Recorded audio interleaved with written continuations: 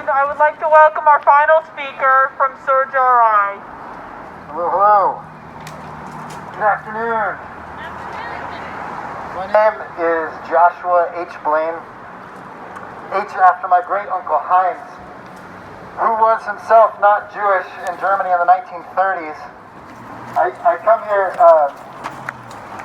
in the spirit of my great uncle Heinz, who defied the laws of the land, who did something illegal by protecting my great aunt, who was Jewish in Germany, breaking the law, risking the life of him and his family to protect those who were being targeted by the Nazi white supremacist state.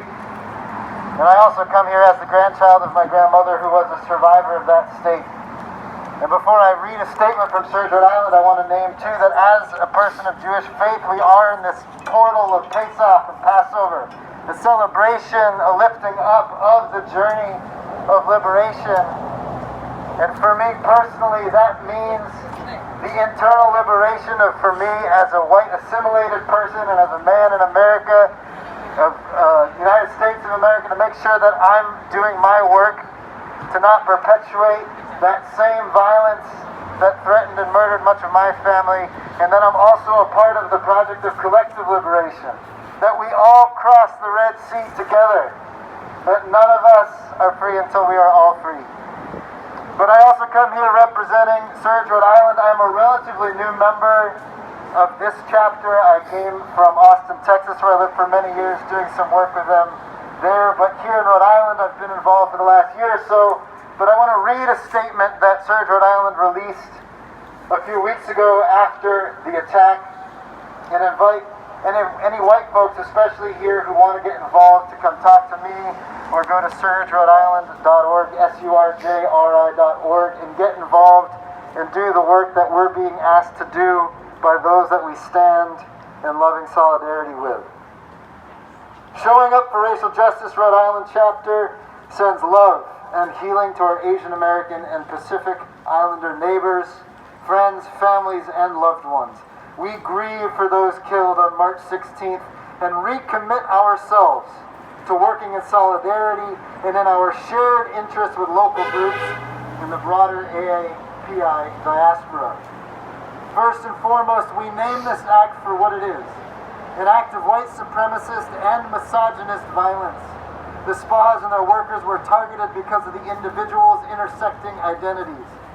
The violence was driven by specific racialized, gendered hatred against Asian women, against sex workers and those doing sex-adjacent work, and against immigrants. To deny that racism was a motivating factor is irresponsible and absurd. It is especially so given the context of rising anti-Asian violence across the country, stoked by xenophobic rhetoric, ascribing responsibility for the global pandemic to Asian and Asian American people. This scapegoating is not new, and yet the media and others in positions of power resist these associations. White supremacist delusion is at work when a white police captain explains away a white man's ruthless taking of life as the result of a, quote, bad day. As white people in the U.S., it is incumbent upon us to acknowledge and condemn the complex and often overlooked history of racial violence against AAPI and our society, as well as the imperialism practiced by our federal government, which harms, uproots, and kills Asian people throughout the world. We must work within ourselves and our communities to listen to and follow the leads of Asian American and Pacific Islander women, sex workers, and organizers. To resist falling for the harmful myth of the model minority. And to learn the history of anti-Asian racism in this country. We must become anti-racist bystanders in the face of discrimination, harassment, and violence. We must work to end the police state and decriminalize sex work. We cannot uproot this pattern of violence without addressing the multifaceted aspects of this hate. We cannot address it by expanding the police state, which has a long history of harm